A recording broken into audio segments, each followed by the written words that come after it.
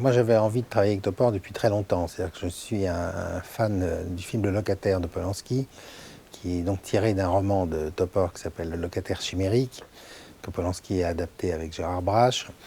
Et j'adore ce film, j'adore cet univers qui est à la fois dans la réalité et dans le fantasme. Et j'avais très envie de faire un film qui soit aussi à la frontière de la réalité et du fantasme. Donc je voulais rencontrer Topor depuis longtemps. Et puis les circonstances ont fait qu'il m'a été possible de le rencontrer à l'occasion d'une avant-première d'une de ses pièces qui s'appelle Ivre-mort, et où il était là pour présenter la pièce évidemment. Et donc je me suis approché de lui à la fin du spectacle, on était prendre un verre, et je lui ai fait part de cette envie de travailler avec lui. Alors Topor était souvent sollicité, il ne donnait pas suite forcément à toutes les sollicitations, mais on a sympathisé, et il m'a dit écoutez, quelle est votre idée? Et j'avais une idée de départ un peu ténue mais importante, qui était de raconter l'histoire d'un collectionneur et l'histoire d'un manchot. Alors ça l'a déjà beaucoup fait rire les deux, parce que Roland, en tant que fétichiste lui-même, souvent ses œuvres sont très, très fétichistes.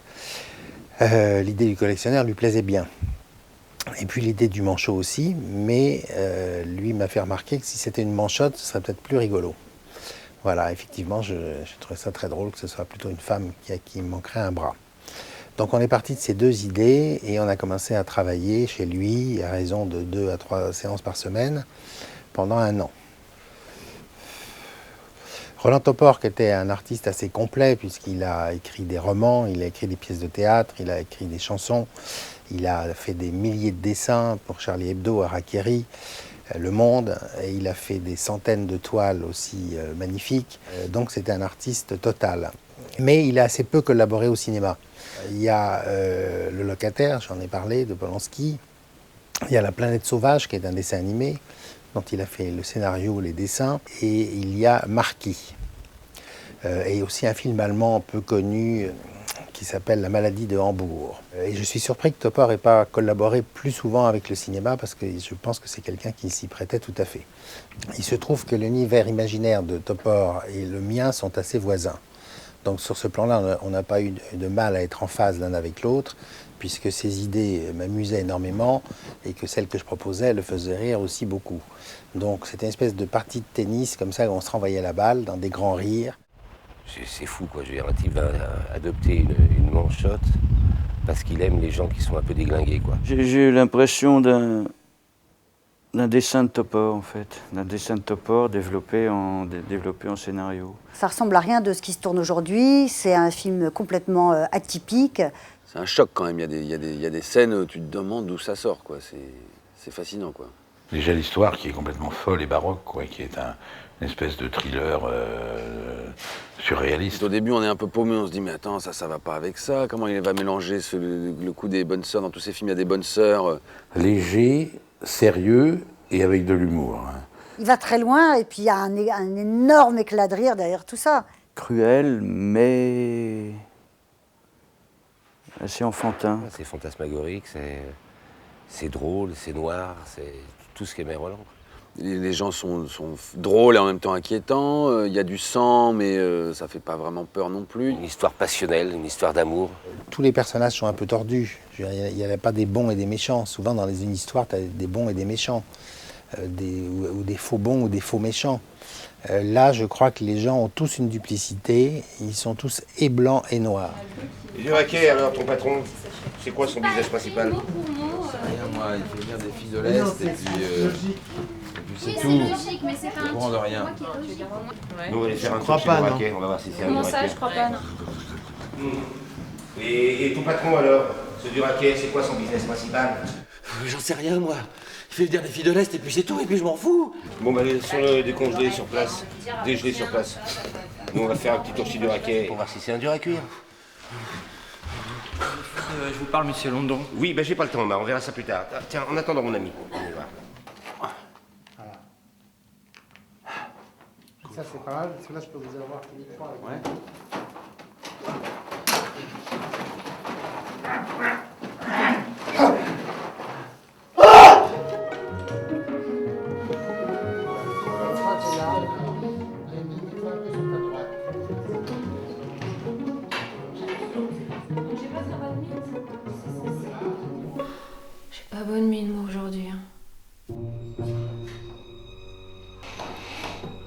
Là,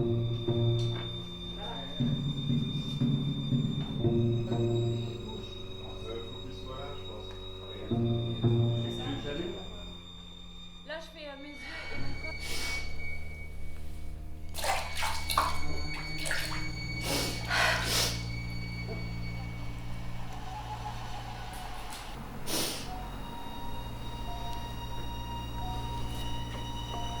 Deux blancs, un rouge. Voilà. Donc Chassagne blanc et rouge, et puis Saint-Aubin blanc. D'accord. Charmois et...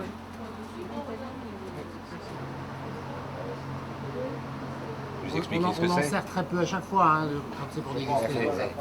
Pascal, ne te réjouis pas trop vite. Non, mais je suis un grand professionnel. C'est le bonheur de la bouche. C'est le bonheur.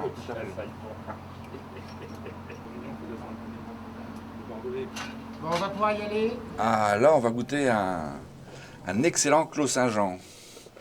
Premier cru, Chassagne. Pourquoi on doit le faire tourner? C'est pour éclater un petit peu le... Ça éclate le vin et les arômes se diffusent.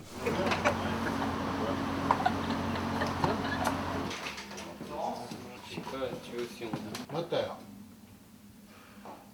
Ouais. Action. Allez. À genoux. Allez.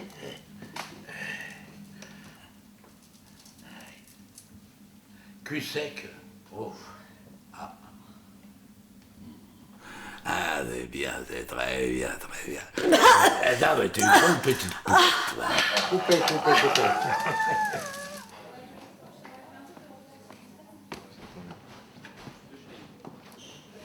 Là, tu recules un peu, voilà, et là maintenant tu réavances. Oh, bah, là, le mariage. Bah, tu vois, t'as pas perdu au champ.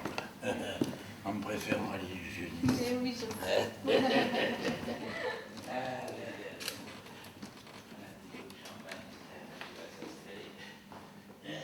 Bon, on le refait tout de suite. Tu vois, t'as pas perdu au change en préférant à l'illusionniste. Ah non.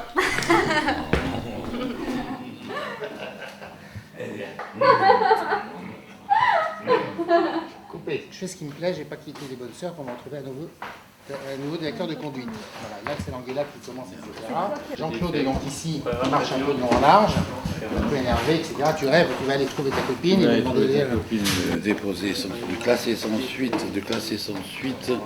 mon là, dossier tu arrives par là, et tu lui files une baffe, et elle tombe par terre. Là, tu tombes, tu te laisses, tu vois, il y a 20 cm. Il sera pas là, et Jean-Claude il sera à ma place. Donc il te file une baffe comme ça, et tu tombes. Ok.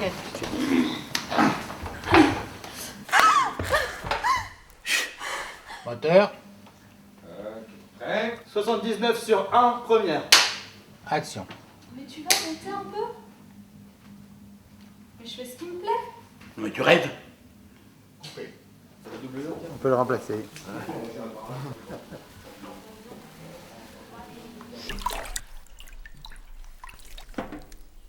Elle a été chercher les préservatifs dans son sac. Non, il faut que tu le dises plus près. Le popper, c'est tout. Moteur. Alors, tourne. 49 sur 6, deuxième. Action. Mais t'es quand même parti avec ton juge. Alors peut-être que je m'en aille. Non, ça va, tu peux rester. C'est comme ça qu'il faisait,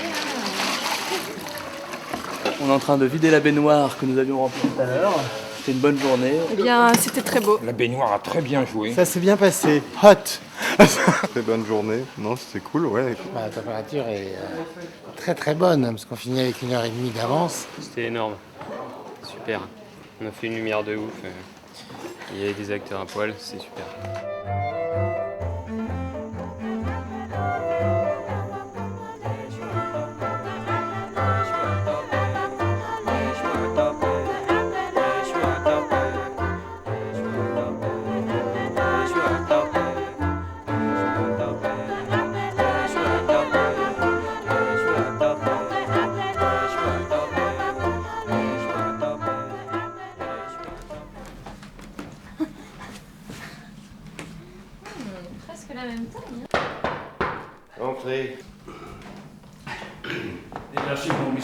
attention, j'ai vu marqué à faire classer. Je sais lire l'inventaire. Bah, posez-moi ça sur le bureau là-bas. Purcell. 6 heures. Il me reste des cigarettes. C'est ça qu'on appelle la complicité. Oh, complicité bien innocente, monsieur Juju. N'empêche que si j'attrape le cancer, vous serez un petit peu coupable. Oh, mais un grand mot. Du feu? Bon, et cette affaire du raquet, ça avance? Je prends les renseignements, mais... Et là, mais t'as malin.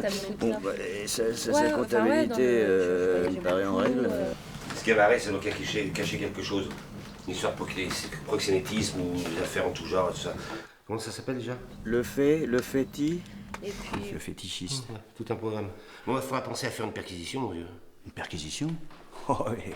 Ça va faire du bruit dans la ville. Le cabaret est très fréquenté par des gens très...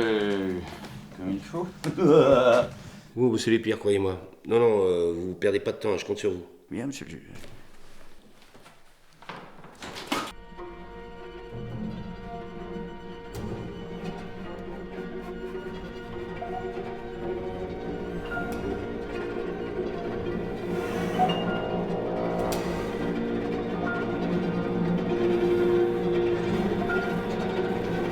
Bon, donc, à mon avis, tu es là en train de prendre des photos de dos. Oui. Le juge arrive par le couloir. Oui. 94 sur 2, deuxième. Tu l'entends pas arriver et il s'approche de toi en plusieurs temps. Après, il est beaucoup plus près, mais au début, il peut être peut-être quelque chose comme ça. Qu'est-ce que vous faites à Dédé? Attention, vous me faites mal. Le bien, le mal. Tout est relatif. Tracy est par là. Tout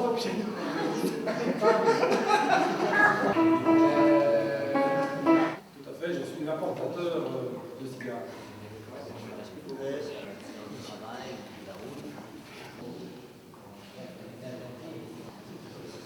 Et Robinson se met là, il attrape les pieds et on l'amène. vous l'amenez par là. Le petit arbuste. Elle est devant, elle est derrière. Elle est derrière. Je prends les jambes. Et voilà, moi je prends la tête. Autrement, je peux arriver à fond, puis je fais des dérapages contrôlés sur le côté. Donc...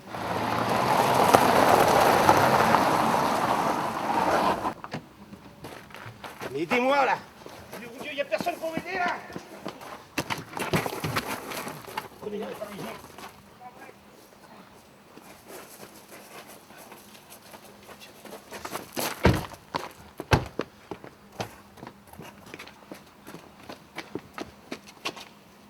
On les attend là, ils arrivent. Ouais. L'autre porte sera fermée. Là, en principe, on se le fait en un plan, ça, si on est fut-fut. Est-ce qu'on est fut-fut? Je pense que le juge, à mon avis, il monte sur le lit, tu vois. Ça peut même être assez beau parce que c'est un peu comme un acte d'amour. À la limite, elle est allongée là. Lui, il est un petit peu sur elle, il défait les bandelettes comme ça.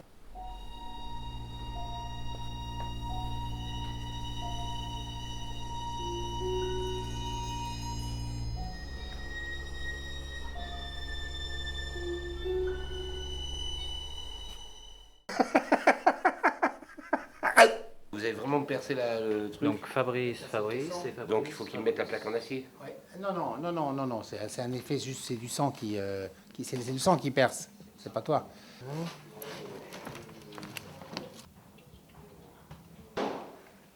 Gros plan. Faut bien appuyer assez fort quand même, hein. Silence! 111 sur 8, première.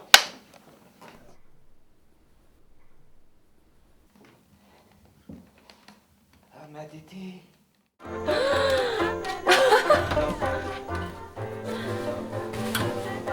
Alors, en fait, Jacques voulait quelque chose qui ne soit pas connoté. Il ne voulait pas du tout quelque chose d'actuel. C'est-à-dire, enfin, il veut quelque chose d'actuel, mais qui ne soit pas reconnaissable comme une actualité. C'est-à-dire qu'on est dans un univers qui peut être aujourd'hui, demain ou hier. Il y a plein d'anachronismes visuels, mais qui peuvent parfaitement fonctionner parce que chaque personnage représente une entité bien spécifique qui peut aujourd'hui être habillé comme ça, même si c'est des looks qui peuvent dater des années 50 ou ou un côté ringard dans un costume qui va être plutôt années 80, ou sans être non plus trop typé années 80. C'est plutôt un esprit, quoi, de certaines époques. Et je dirais que chaque personnage porte une époque, quoi, ou est carrément en fait intemporel. Je pense à Lamentin, par exemple. Dans un film comme ça, qui est très proche de l'imaginaire, on ne sait jamais si on est dans la réalité ou dans le rêve, les décors sont très importants. Il faut ces décors qui soient à la fois réalistes, mais aussi qui puissent vous emmener dans l'imaginaire, dans le fantasme. Et là, je veux dire qu'on a joué de chance un peu, et qu'on a trouvé des décors très beaux, avec des propriétaires très compréhensifs, assez contents de participer à cette aventure. Et donc on a un château magnifique, qui est le château de la Ferté en Bourgogne, qui est un des décors principaux, la maison du juge. On a un cabaret qu'on a tourné à Paris, qui est exactement ce que je cherchais, un cabaret comme ça, un petit peu boîte à bonbons, pas très grand, mais où beaucoup de choses peuvent se passer. Pas aussi bien le couvent que le cabinet du vétérinaire, etc. À chaque fois, on a trouvé des décors qui étaient vraiment magnifiques, assez vastes et donc tout à fait propices au film. Au départ, je n'étais pas censé m'occuper du décor, mais j'ai tout de suite commencé à m'occuper des accessoires. C'est-à-dire que, par exemple, le personnage féminin principal, il lui manque un bras, il lui faut une prothèse. Et du coup, pour moi, cette prothèse, c'était pas véritablement un accessoire, c'était un élément de costume. Donc je suis parti là-dessus, j'ai cherché cette prothèse assez longuement, que j'ai fini par trouver et puis par trafiquer pour que ça fonctionne, parce que c'était pas une prothèse dernier cri. Et donc du coup je me suis mis à faire un boulot je vais dire d'ensemblier, c'est-à-dire d'aménagement du décor pour virer tel meuble qui est moche et mettre plutôt celui-là, enfin voilà.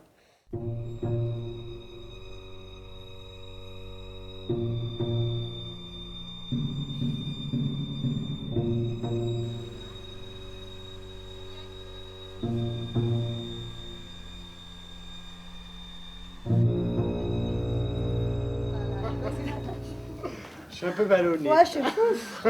Ah, j'ai un truc qui me reste sur... Attention, c'était mon sein, là. Oh, ça fait quel effet dans l'au-delà? J'adore. T'en fais.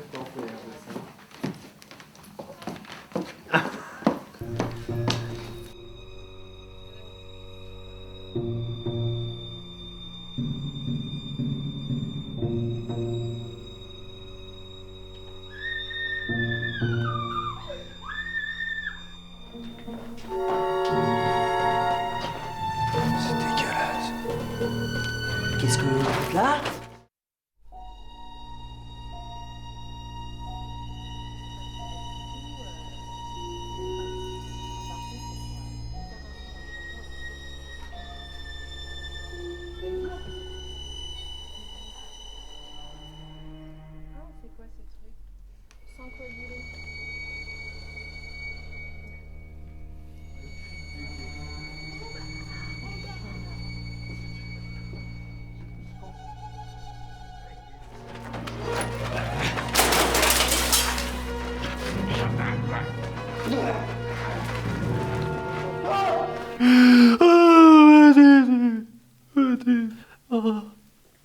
Comment je vais faire maintenant?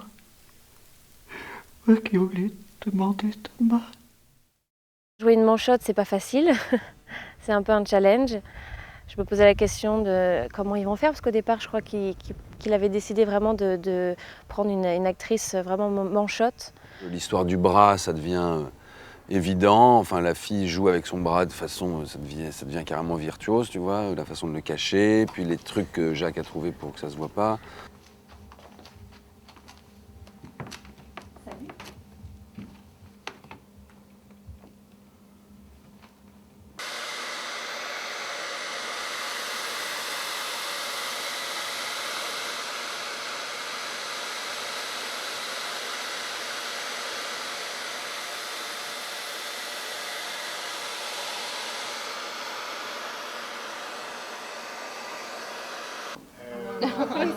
Allez, on balance. Oh putain, c'est chaud, hein.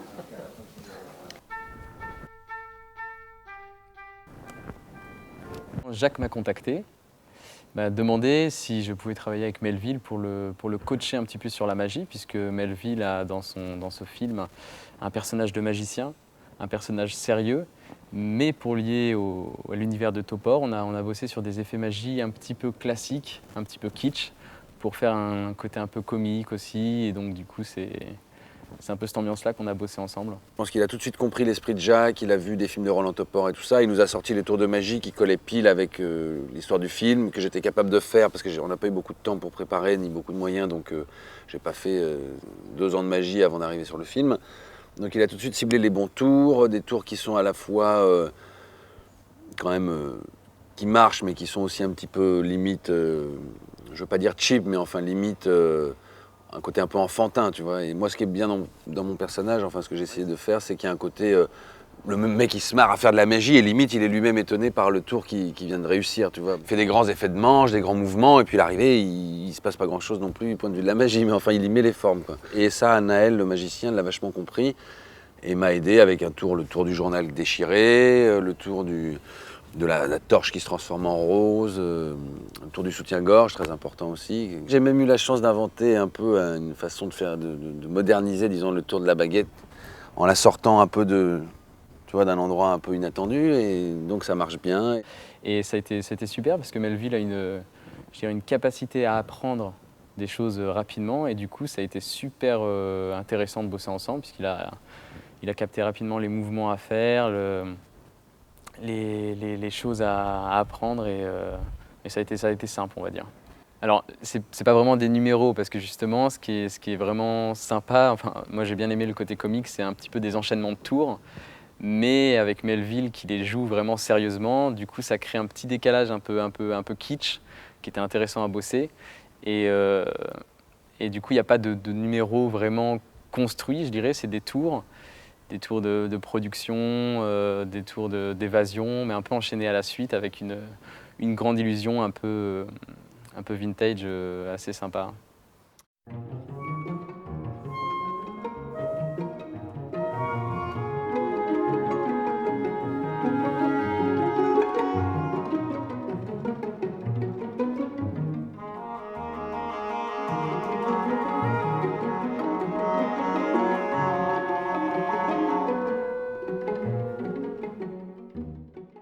L'Orpheline avec en plus un bras en moins est un film très important pour moi, y compris dans mon parcours personnel, parce que je crois que c'est un film que j'ai vraiment désiré, de toutes mes forces, d'abord en allant voir Topor, en l'écrivant avec lui, en essayant de le monter si difficilement ensuite.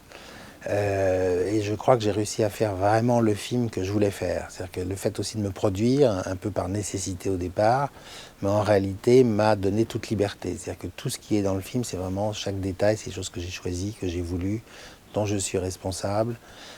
Personne ne m'a empêché de faire quelque chose que j'aurais souhaité faire. Donc c'est vraiment un film d'une totale liberté.